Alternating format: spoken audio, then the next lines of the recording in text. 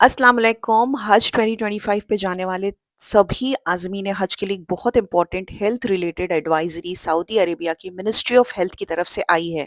आज की वीडियो में हम बात करेंगे कि कौन सी मेडिकल कंडीशंस होने पर आपको हज पर नहीं भेजा जा सकता और किन हेल्थ रिक्वायरमेंट्स को फुलफिल करना ज़रूरी है। सऊदी अरेबिया की मिनिस्ट्री ऑफ हेल्थ ने हज 2025 के लिए एक हेल्थ एडवाइजरी इशू की है।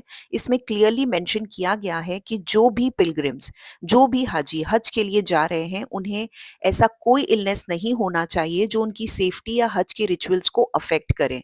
आइए अब डिटेल्स में देखते हैं उन हेल्थ कंडीशंस को जो हज के लिए डिस्क्वालिफिकेशन का रीजन बन सकते हैं। सबसे पहले एडवांस किडनी फेलियर, जिसमें पेशेंट्स को रेगुलरली डायलिसिस की जरूरत होती है। ऐसे लोगों के लिए हज सफर फिजिकली रिस्की हो सकता है।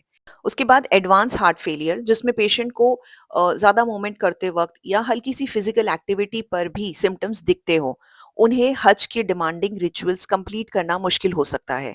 देन क्रॉनिक लंग डिजीजेस जैसे सीवियर सीओपीडी या आईएलडी, जिसमें पेशेंट को इंटरमिटेंट या कंटिन्यूअस ऑक्सीजन की ज़रूरत पड़ती हो, उनके लिए सऊदी का क्लाइमेट और भीड़ भाड़ का एनवायरनमेंट अनसेफ हो सकता है।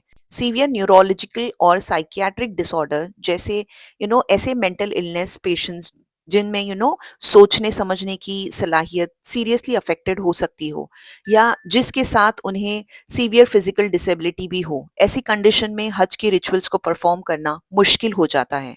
इसके अलावा वो सीनियर सिटीजन जिन्हें डिमेंशिया है, यानी मेमोरी लॉस, कंफ्यूजन और डिसीजन मेकिंग इशू है, उनके लिए भी हज का सफर डेंजरस हो सकता है। और सबसे इंपॉर्टेंट, प्रेगनेंसी रिलेटेड रिस्ट्रिक्शंस। अगर कोई फीमेल हाजी अपनी प्रेगनेंसी के लास्ट 2 महीने में है या उनकी प्रेगनेंसी हाई रिस्क कैटेगरी में आती है, तो उन्हें हज के लिए मना किया जा सकता है।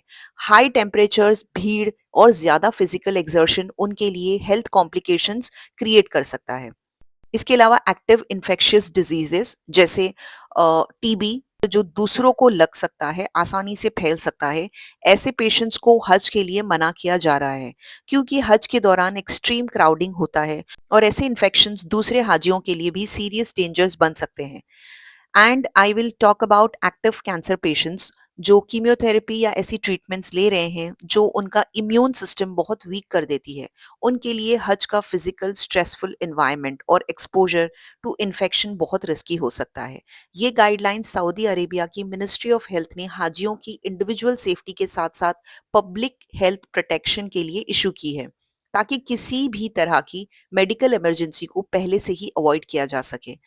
ये कुछ स्पेसिफिक मेडिकल कंडीशंस हैं जिनके बेसिस पर हज पर जाने से मना किया जा सकता है। इसके अलावा सऊदी मिनिस्ट्री ऑफ हेल्थ ने ये भी स्ट्रिक्टली मैंडेट किया है कि हर हज पिलग्रिम के पास एक वैलिड वैक्सीनेशन सर्टिफिकेट होना चाहिए, जो ये कंफर्म करता है कि उन्होंने जो भी डिस्क्राइब वैक्सीन दी गई थी उसे लगवाया है। ये वैक्सीन का सर्टिफिकेट ज़्यादा से ज़्यादा 3 साल पुराना हो सकता है और कम से कम 10 दिन पुराना होना चाहिए जब तक हाजी सऊदी अरेबिया पहुंचते हैं। ये रूल सभी स्टेट और यूनियन टेरिटरीज के हज पिलग्रिम्स के लिए कंपलसरी है। इसको पॉइंट ऑफ व्यू में रखते हुए ये रिक्वेस्ट की गई है कि सभी हाजियों को ये सारे वैक्सीनेशन डोज लगवाने चाहिए फ्लाइट बोर्ड करने से पहले। इस बात को प्रिंट और इलेक्ट्रॉनिक मीडिया के जरिए भी अच्छी तरीके से पब्लिश किया जाए। तो इसीलिए मैं आपसे रिक्वेस्ट करूंगी, तो आप जितने ज़्यादा से ज़्यादा लोगों तक पहुंचा सके, जितने ज़्यादा लोगों की मदद कर सके इस वीडियो के थ्रू, उतना ज़्यादा लोगों को फ़ायदा हो सकता है। इसीलिए सबसे रिक्वेस्ट है कि वो इस हेल्थ एडवाइजरी को सीरियसली फॉलो करें और अपना वैक्सीनेशन सर्टिफिकेट टाइम पर रेडी रखें, ताकि किसी भी ट्रैवल को डिले करना या एंट्री रिस्ट्रिक्शंस का सामना ना करना पड़े। अब मैं बात करूंगी आपसे कि सऊदी अथॉरिटीज ने ये गाइडलाइन हाजियों की सेफ्टी और बाकी लोगों की हेल्थ प्रोटेक्शन के लिए रखी है। इसीलिए सभी हाजियों को रेकमेंड किया जा रहा है कि वो अपना प्रॉपर मेडिकल चेकअप कराएं और इंश्योर करें कि उनकी हेल्थ जो है वो हज जर्नी के लिए फिट है। आई अंडरस्टैंड कि बहुत सारे लोगों के ज़हन में इस वक्त ये बात आ रही है कि वैक्सीनेशन कौन-कौन सी करवाना है और उसकी क्या डिटेल्स है।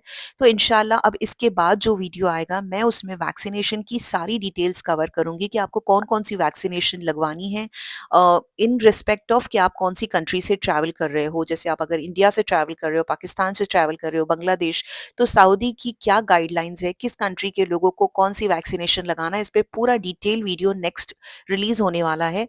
तो इसलिए मैं रिक्वेस्ट करूंगी कि आप चैनल को सब्सक्राइब जरूर करें and stay tune for the latest update. Till then take care and अस्सलाम वालेकुम।